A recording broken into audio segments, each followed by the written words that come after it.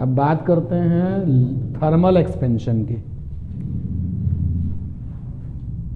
Thermal expansion,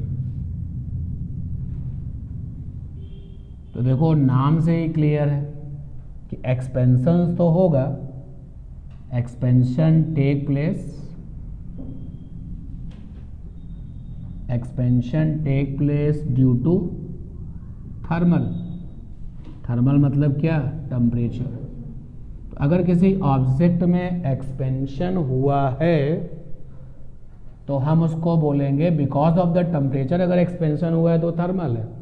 देखो एक तरीका ये भी है, ये जो डस्टर है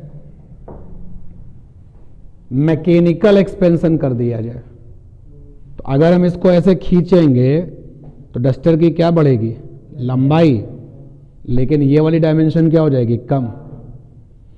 तो थर्मल एक्सपेंशन की जो सबसे इंपॉर्टेंट बात है, इसमें कोई भी चीज कम नहीं होती है, यानी लेंथ में भी एक्सपेंशन होगा, हाइट में भी एक्सपेंशन होगा, और जो आपकी ब्रेड्थ वाली डायमेंशन है उसमें भी एक्सपेंशन होगा।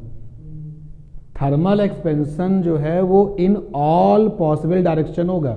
इस बात को बहुत अच्छे से समझिएगा, इस बात को बहुत अच्छे से आप समझिए। आपके पास में एक मोटा सा वायर है, ये मोटा सा वायर है, थोड़ा सा ये यहां तक बना है। हमने कहा हम इसको मैकेनिकल एफर्ट्स लगाएंगे और इसको खींच देंगे। तो देखो ये इसकी L फॉर लेंथ है और ये इसकी D फॉर डायमीटर है। तो जब हम इसको मैकेनिकल एफर्ट्स लगा करके खींच देंगे तो सिचुएशन कुछ ये हो जाएगी। तो जब हम आपको ये दिखाएंगे तो आप बोलोगे L में तो एक्सपेंशन हुआ, लंबाई तो बढ़ी, लेकिन जो डायमीटर है उसमें क्या हुआ? कमी हो गई। तो जो मैकेनिकल एक्सपेंशन होता है वो ऐसा ही होता है, कुछ बढ़ता है तो कुछ क्या हो जाता है?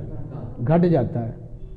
इसी तरीके से अगर हम इसको कंप्रेस करेंगे, अगर हम इसको कंप्रेस करेंगे तो लेंथ में कमी आएगी, डिक्रीज हो गया, लेकिन डायमीटर क्या हो जाएगा? बढ़ जाएगा। ये मैकेनिकल एफर्ट्स का काम है। थर्मल एक्सपेंशन में ऐसा नहीं होता। थर्मल एक्सपेंशन में हर डायमेंशन में केवल और केवल क्या रहता है? एक्सपेंशन। ठीक, ये बात क्लियर है ना?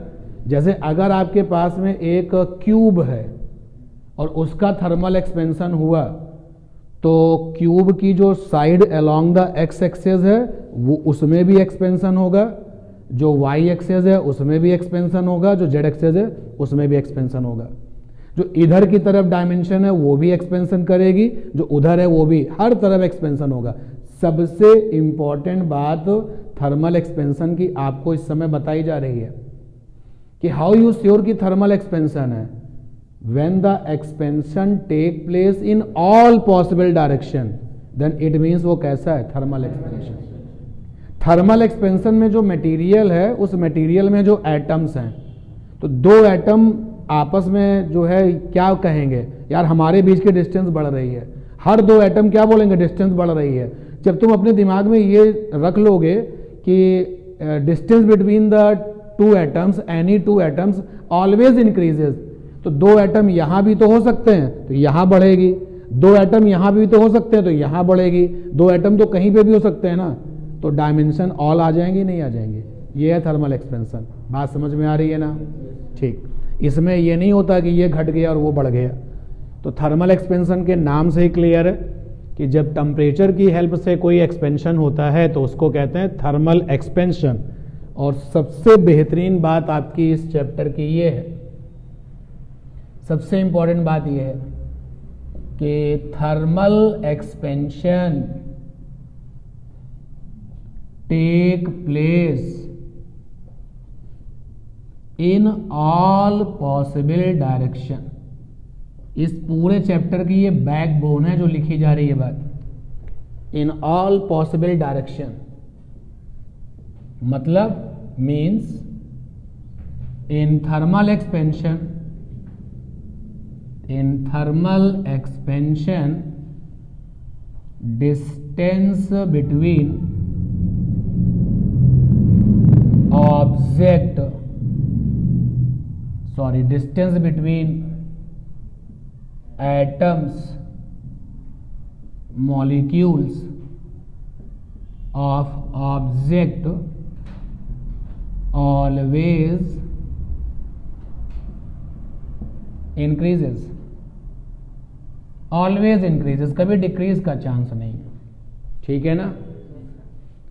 अच्छा, अगर कहीं पर यह सिचुएशन आए कि देखो यार इधर की तरफ एक्सपेंशन 2 मिलीमीटर है और इधर भी 2 मिलीमीटर है, इधर भी 2 मिलीमीटर है, सब तरफ 2 मिलीमीटर 2 मिलीमीटर 2 मिलीमीटर, तो अगर एक्सपेंशन सभी दिशाओं में बराबर बराबर है, अगर ऐसा है तो वो हमारा जो ऑब्जेक्ट है वो क्या कहलाएगा?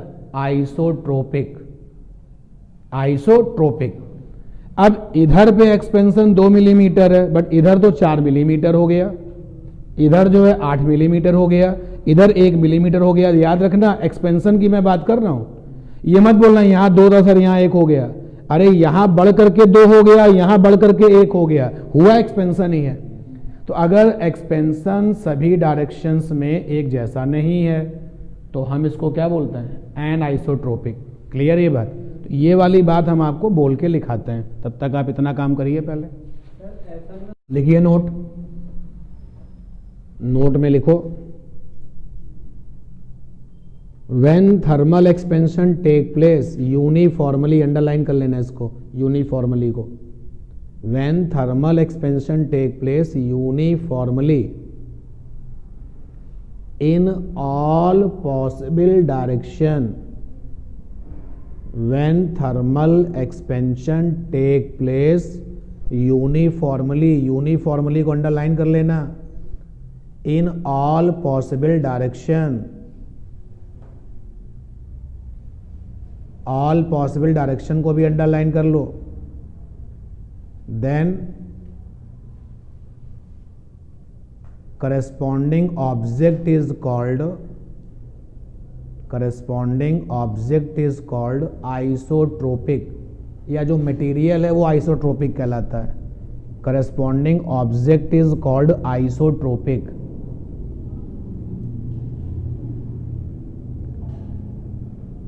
कॉमा कर लो। if it not take place, if it not take place, then we say it is anisotropic. If it not take place, then we say it is anisotropic. Isotropic से पहले an लगा दो, anisotropic,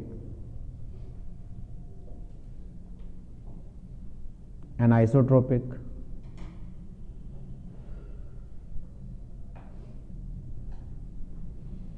तीन तरीके का thermal expansion हम यहां पढ़ेंगे।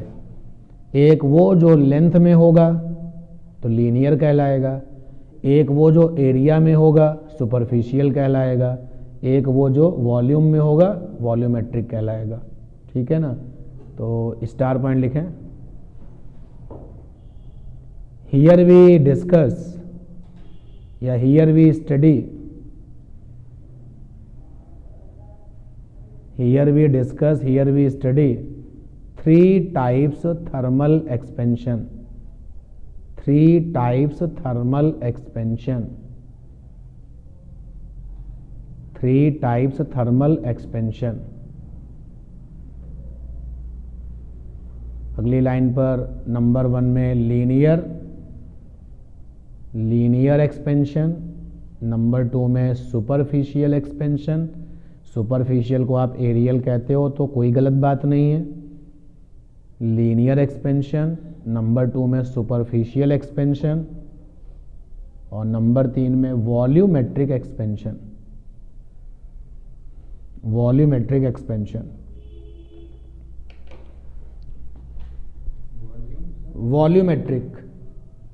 Volumetric expansion.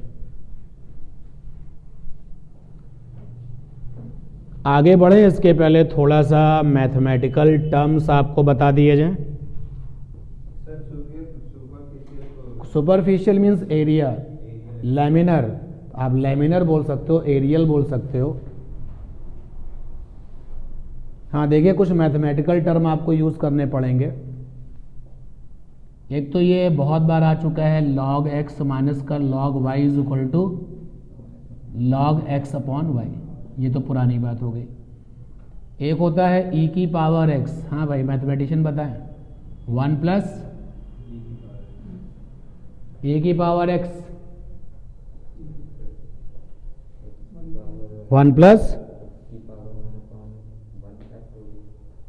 x की पावर 1, यानी कि x अपॉन फैक्टोरियल 1, घबराना नहीं बिल्कुल भी, x square upon factorial 2, x3 upon factorial 3, गाड़ी चलती जाएगी। ये जो लिखा है ना, ये निशान होता है फैक्टोरियल, और इसका बड़ा सिंपल सा मतलब है, जैसे फैक्टोरियल 5, तो शुरुआत करो 5 से, 1 कम करो 4, उसके बाद 3, उसके बाद 2, कहाँ पे रुक जाओ 1, ठीक है। जैसे अगर फैक्टोरियल 7 लिखा है तो क्या लिखोगे, 7 6 5 4 3 2 1। ये कुछ मैथमेटिकल टर्म है जो अभी हम यूज करने वाले हैं, ठीक है। तो हम बात कर रहे हैं लीनियर एक्सपेंशन की, लीनियर एक्सपेंशन। अगर हम ये इरादा रखते हैं कि जो एक्सपेंशन है वो लीनियर हो, तो हम ऐसे ऑब्जेक्ट का सिलेक्शन करें जिनमें लीडिंग में लेंथ हो। अब जैसे देखो, जो ऑब्जेक्ट मैंने तुमको वायर जैसा दिखाया है, हम एक्सेप्ट कर रहे हैं कि इसमें मोटाई तो है, लेकिन इसमें लीडिंग क्या है, लेंथ है। तो एक्सपेंशन तो मोटाई में भी होगा, थिकनेस में भी होगा, लेकिन हमारा अपना पूरा 100% ध्यान किस पर होगा, लेंथ पर। तो भाई इसकी जो लंबाई थी वो L थी। जब कोई टेम्परेचर था, इनिशियल टेम्परेचर कुछ रहा होगा, इनिशियल टेम्परेचर जो भी रहा होगा, और जब इसका फाइनल टेम्परेचर कुछ कर दिया गया, तो अब इसकी लेंथ जो है वो L डैश हो गई। दोनों ही बातें पॉसिबल हैं। अगर हमने फाइनल का टेम्परेचर पहले से ज़्यादा कर दिया होगा तो एक्सपेंशन हुआ होगा, लेंथ बढ़ गई होगी। अगर फाइनल का टेम्परेचर पहले से कम हो गया होगा तो लेंथ क्या हो गई, वो घट गई होगी, ठीक है ना। तो फिलहाल हमने जो डायग्राम आपके सामने रखा है वो क्या सोच के रखा है कि टेम्परेचर बढ़ा दिया। तो लेंथ में होने वाला चेंज मैं लिख रहा हूं फ्रैक्शनल चेंज इन लेंथ, ये लिख रहा हूं। तो इसके लिए मुझे यहां पर एक अपडेट और दे देनी चाहिए कि फ्रैक्शनल चेंज क्या होता है। तो फ्रैक्शनल चेंज होता है चेंज और अपॉन में इनिशियल, ये होता है फ्रैक्शनल चेंज। अब जिसमें भी तुम सोचते हो मास का फ्रैक्शनल चेंज, तो ऊपर लिखेंगे चेंज इन मास, अपॉन में क्या लिखेंगे, इनिशियल मास। तो यहां पर लिखा है फ्रैक्शनल चेंज इन लेंथ, तो ऊपर क्या लिखेंगे, चेंज इन लेंथ, कैलकुलस जिंदाबाद, dl, अदरवाइज क्या लिखते हैं, डेल्टा एल, और अपॉन में initial length that is l, ठीक है ना। तो रिजल्ट ये बताते हैं, experimentally you can count it, कि फ्रैक्शनल चेंज इन जो लेंथ होता है that is proportional to temperature difference, temperature difference, and again calculus जिंदाबाद, तो dt, ठीक है ना। तो ये जो बात हमने लिखी हुई है ये बहुत अच्छे से प्रैक्टिकली जज हो जाने वाली बात, और आप भी इसको वेरीफाई कर सकते हैं कभी भी, कि जितना ज़्यादा टेम्परेचर में चेंज होगा उतना ही ज़्यादा फ्रैक्शनल चेंज लेंथ में होगा। क्लियर ये बात, ठीक है। ये बात प्रैक्टिकल है, लिखी हुई है। तो अब हमने लिखा dl/l, और यहां पे इक्वल लगा दिया, और इक्वल हटा करके कांस्टेंट आता है ना, तो यहां पे कांस्टेंट लिखा, और यहां लिख दिया dt। अभी कैलकुलस वाले मोड में है इसलिए dd लगा रहे हैं सब जगह। फिर ये लिखा dl/l, और कांस्टेंट यहाँ पे अल्फा लेना है भैया, परमिशन नहीं है कुछ और लेने की, कांस्टेंट अल्फा ही लेना है। तो प्रोपोर्शनल का साइन आप ऐसे बनाते हैं, काफ़ी कुछ 8 जैसा, ये प्रोपोर्शनल है भाई। अल्फा आप जानते कैसे बनता है, तो अल्फा यहाँ पर क्या है, प्रोपोर्शनैलिटी कांस्टेंट। क्लियर ये बात? ठीक। अब डिसाइड करिए कहाँ से कहाँ तक जाना है। तो जरा ध्यान देना भाई, इधर लिखा dl/L, इंटीग्रेशन लगाया, इधर लिखा अल्फा, अल्फा क्योंकि कांस्टेंट है ना, इधर dt लगाया। तो डिसाइड हुआ कि पहले कितना टेम्परेचर था, आंसर आया T0, O माने ओरिजिनल। अब कितना टेम्परेचर है, दैट इज T। तो पहले कितनी लेंथ रही थी, L0, L0 मतलब ओरिजिनल लेंथ, अब कितनी हो गई, L। ठीक है, क्लियर इतनी बात? देखो भाई dx/x कई बार इंटीग्रेशन हुआ है, लॉग आया था ना, तो dl/L का इंटीग्रेशन क्या आएगा, log L, और लिमिट्स क्या लगेंगी, L0 से L, अल्फा dt का आ जाएगा T, और ये हो जाएगा T0 से T। ठीक है यार, dx/x क्या होता है, dx/x, अपडेट लेते चलो, ये देखो dx/x क्या आता है, log x। ठीक है, यहां तक आ गए। चलिए थोड़ा सा काम और बचा हुआ है, तो स्पेस मैनेज कर लिया जाए। ये जो आपका रिजल्ट है इसको मैं दोबारा लिख रहा हूं, log L, उधर है अल्फा T, और यहां पर लिमिट है T0 से T, और यहां पर है L0 से L। रखो जरा, L की जगह पे पहले L लिखोगे, फिर माइनस L0 लिखोगे, अल्फा यहां पे T माइनस T0, ये आ गया। तो log L/L0, अल्फा ये क्या हो गया, डेल्टा T। अब मैं डेल्टा लगाऊं, डी ना लगाऊं, क्यों? Now this is the confirm temperature, तो T इज ए वैल्यू और T0 is a initial temperature, तो this one is a value. When you have a value then never use D, delta फिर use करते हैं। ठीक है ना, तो यहां पे डेल्टा T का नाम क्या होगा, टेम्परेचर डिफरेंस। क्लियर? अब ये जो रिजल्ट आया है, जगह की तो थोड़ी अभी भी रिक्वायरमेंट है, लेकिन मैनेज कर लिया जाएगा। ध्यान दें, यहां पर बेस E है ना, जब लॉग में आपको बेस ना दिखाई दे तो हमेशा कौन सा बेस है, E। और आगे चलते हैं, कॉन्सेप्ट चलते चले जा रहे हैं। ये लॉग है, यहां पर B फॉर बेस है, और यहां पर F फॉर फंक्शन है, और बराबर में वैल्यू है। बराबर में क्या है, वैल्यू है। तो जब लॉग हटता है तो आता है फंक्शन बराबर बेस की पावर वैल्यू। ये बेस था, कोई फर्स्ट टाइम ये नहीं बता रहे हैं, बताया जा चुका है। ठीक है, जैसे इस पर मैं कुछ एग्जाम्पल लेता हूं, जैसे लिखा हो लॉग, यहां बेस में लिखा है 2 और यहां लिखा है x और बराबर में है 4, तो लॉग हटा दो, तो क्या बचेगा, x बराबर बेस कितना है 2 और वैल्यू कितनी है 4, तो x बराबर कितना हो जाएगा 16। ठीक है ना, तो ये चीज आपके पास है। ठीक है, इसको एक बार और लिखते हैं, लॉग बेस में E L/L0 साथ में अल्फा डेल्टा T, लॉग हटाना है भाई, तो L/L0 बचेगा, ऊपर हो जाएगा E की पावर अल्फा डेल्टा T, तो ये आ गया L बराबर L0 E की पावर अल्फा डेल्टा T। ये रहा कॉन्सेप्ट।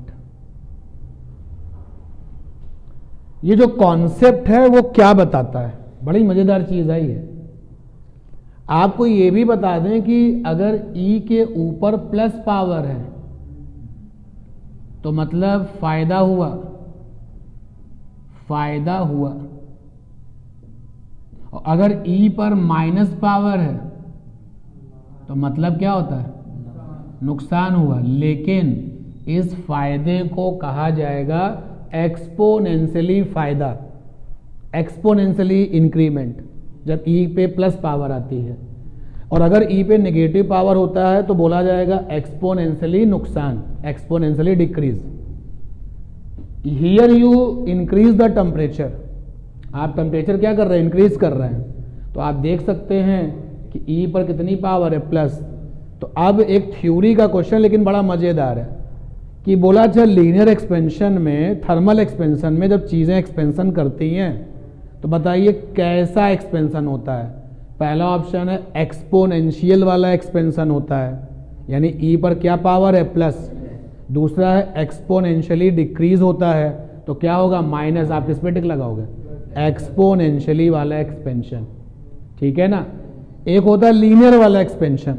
लीनियर जब हमको एक लाइन मिलती है, तो जब ई की पावर में हम, ई की पावर जब प्लस वाली होती है और जब हम ग्राफ बनाते हैं तो ग्राफ में कभी सीधी लाइन नहीं मिलेगी, ठीक है ना, नोट करिए आप इसको।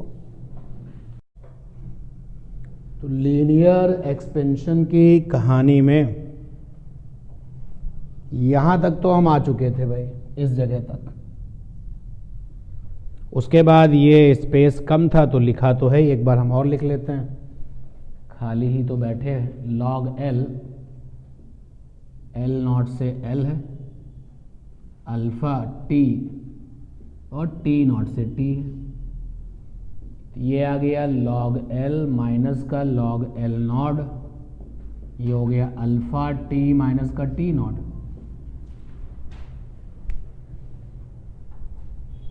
यहां से आ गया log L by L not, base में ई छिपा हुआ है, ये alpha delta T.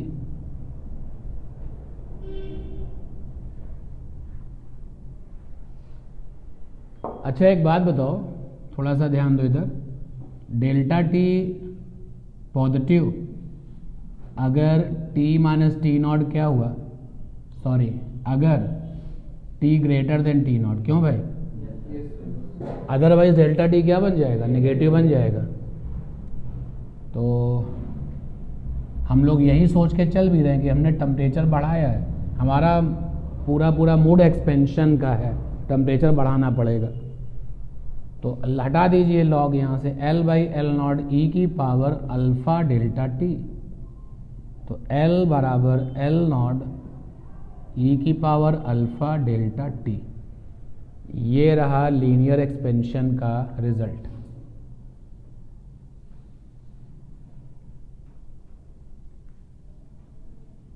Delta T है टी माइनस टी नॉट।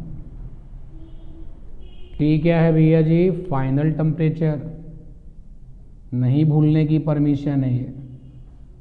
और टी नॉट क्या है, ओरिजिनल यानी कि initial temperature, original temperature, initial temperature.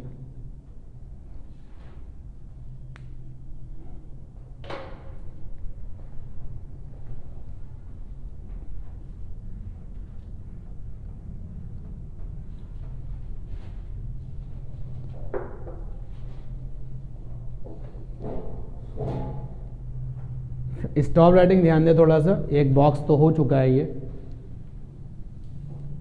ये देखिए L is equal to L naught, ध्यान देना, यहां लगा दिया e की पावर x का फंडा। तो x की जगह पे क्या चल रहा है, अल्फा डेल्टा टी। तो क्या होता है 1 प्लस x, x माने अल्फा डेल्टा टी, अपॉन में फैक्टोरियल 1, फैक्टोरियल 1 ही होता है, और प्लस का x square alpha delta T square upon में फैक्टोरियल 2। एक स्टेप और लिखते हैं, alpha delta T power 3 upon में factorial 3 plus and so on. जब हमने इसका एक्सपेंशन ओपन किया तभी एक स्पेशल कंडीशन बताई गई मुझे कि डेल्टा टी बहुत छोटा है। तो हमने कहा ठीक है, इसको काउंट करते हैं। अगर डेल्टा टी इज स्मॉल,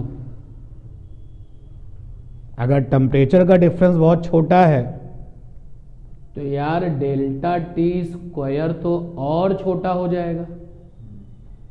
छोटी वैल्यू का स्क्वायर क्या होता है? और छोटा। चलो लिखते नहीं है, समझते हैं केवल। If delta T is small, तो यहां पे डेल्टा टी पे स्क्वायर आएगा, ये तो और छोटा हो जाएगा, और डेल्टा टी की पावर 3 तो और ज्यादा छोटा हो जाएगा। तो आगे के जो हाई पावर वाले लोग हैं वो क्या हो जाएंगे? बहुत छोटे हो जाएंगे। तो हम आगे के जो हाई पावर वाले लोग हैं उनको क्या करें? हटा दें, इग्नोर कर दें। If delta T is small then ignore, तब हमें परमिशन है हाई पावर वाले टर्म, हाई पावर, पावर बोलो ऑर्डर बोलो, बात एक ही है, हाई ऑर्डर टर्म्स। तो जैसे हमको ये परमिशन मिली तो हाई पावर ये शुरू हो गई यहाँ से, तो यहाँ से हटा दो आगे जो भी हैं। तो क्या बनेगा? L is equal to L naught bracket में 1 plus alpha delta T factorial 1 क्या होता है वह। तो अब जो रिजल्ट लिखा गया है वो हमेशा काम नहीं करेगा, और तब काम करेगा जब डेल्टा टी क्या होगा? छोटा। और हमेशा काम करने के लिए कौन है ये?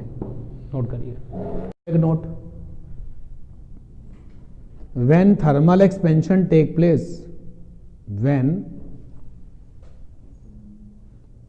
when thermal expansion take place, then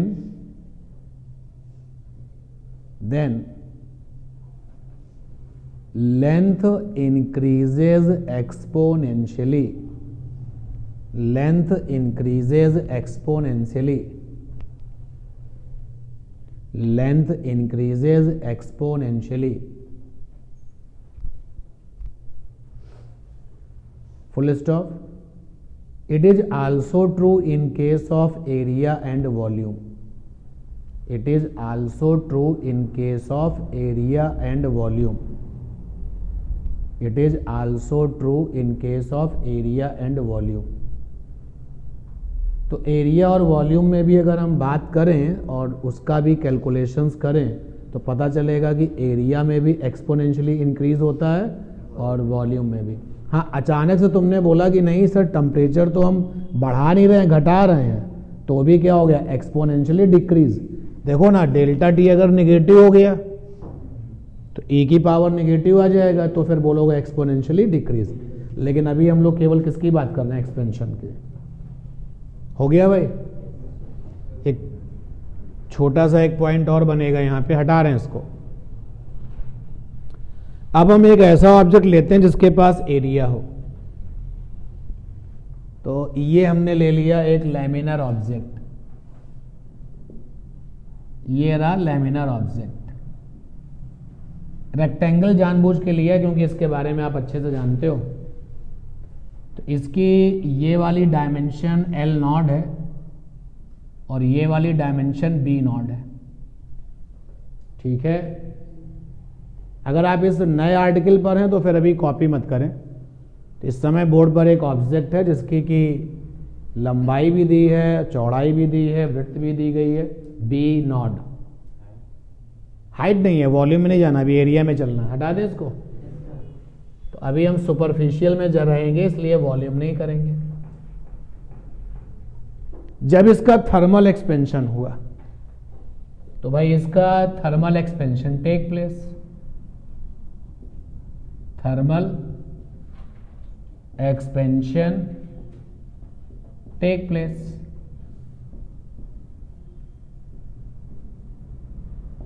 under delta T is equal to T minus T naught is small, और ये सोचते हुए कि डेल्टा टी जो है वो बड़ा नहीं है, वो क्या है? छोटा है।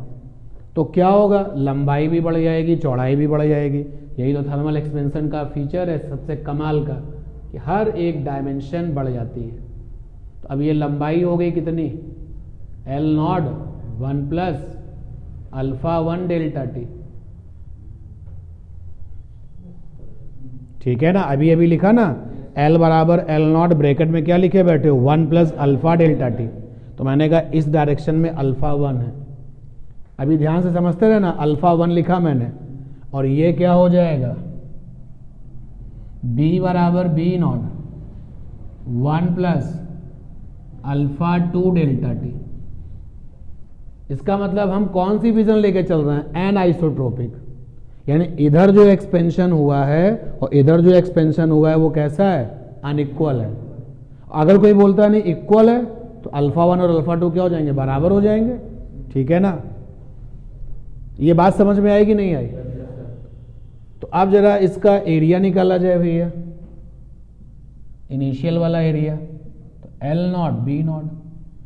जरा इसका एरिया निकाला जाए एक्सपेंशन पे, तो ये हो गया L not 1 plus alpha 1 delta T और B not 1 plus alpha 2 delta T. तो A is equal to L not B not, और ये जो ब्रैकेट्स हैं जरा मैं इनको मल्टीप्लाई कर रहा हूँ, एक लाइन की बचत भी कर रहा हूँ। तो ये आ जाएगा 1 plus alpha 1 delta T plus alpha 2 delta T plus alpha 1 alpha 2 delta T square. Check this, सही है? दोनों ब्रैकेट्स मल्टीप्लाई किए हैं, इसको तो जाना पड़ेगा क्योंकि डेल्टा टी क्या है, छोटा, स्क्वायर तो और छोटा हो जाएगा, हटा दो इसको। तो ये हो गया a बराबर a नॉट।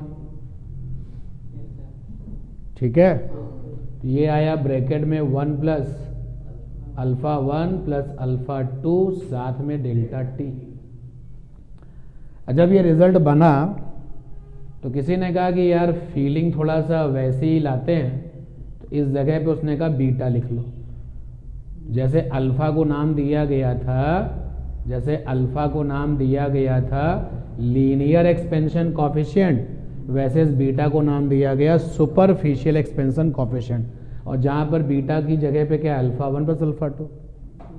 ठीक है ना, जब तुमने ये बोला कि आइसोट्रोपिक है सर, तो अल्फा 1 बराबर अल्फा 2 क्या हो गया, बराबर हो गया। तो अगर अल्फा 1 भी अल्फा है, अल्फा 2 भी अल्फा, तो बीटा बराबर क्या है, 2 अल्फा। पुराना फंडा याद आया कि बीटा बराबर 2 अल्फा तब सही है जब चीजें कैसी हो, आइसोट्रोपिक। नोट कर सकते हो आप। इफ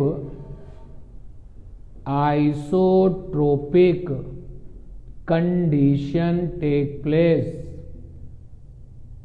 देन अल्फा 1 बराबर अल्फा 2 बराबर अल्फा, ऐसा मान लिया। तो लीजिए भाई, सो बीटा बराबर 2 अल्फा।